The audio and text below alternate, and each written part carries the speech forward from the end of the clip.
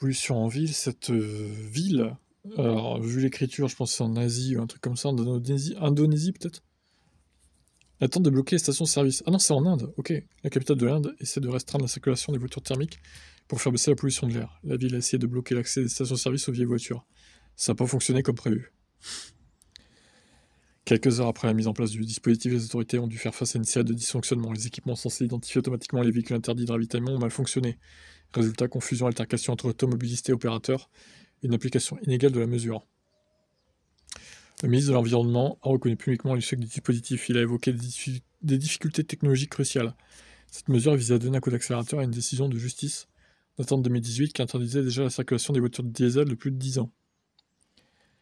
Une interdiction restait lettre morte dans une ville de plus de 30 millions d'habitants, régulièrement classée parmi les plus polluées du monde. L'urgence sanitaire est pourtant bien réelle. La pollution atmosphérique qui provoque chaque année des milliers de décès prématurés. Mais New Delhi peine toujours à mettre en œuvre des solutions efficaces. Ok, d'accord, bon. Alors, ils ont essayé quoi? De scanner les voitures et d'interdire les modèles en question? Afin de forcer leur retrait d'immatriculation. Pour cela, des caméras de lecture de plaques d'immatriculation et des haut-parleurs ont été déployés dans les stations-service. Ouais, d'accord, ok.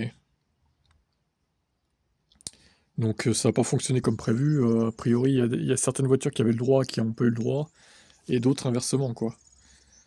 Bon, les gars, mettez ça en place comme il faut, quoi. Enfin, c'est de la rigolade, là, ce que vous faites. C'est un fiasco, quoi. Essayez de faire des tests avant de lancer ça à grande échelle. Enfin, je sais pas. Il est bizarre, ce pays, un peu, hein.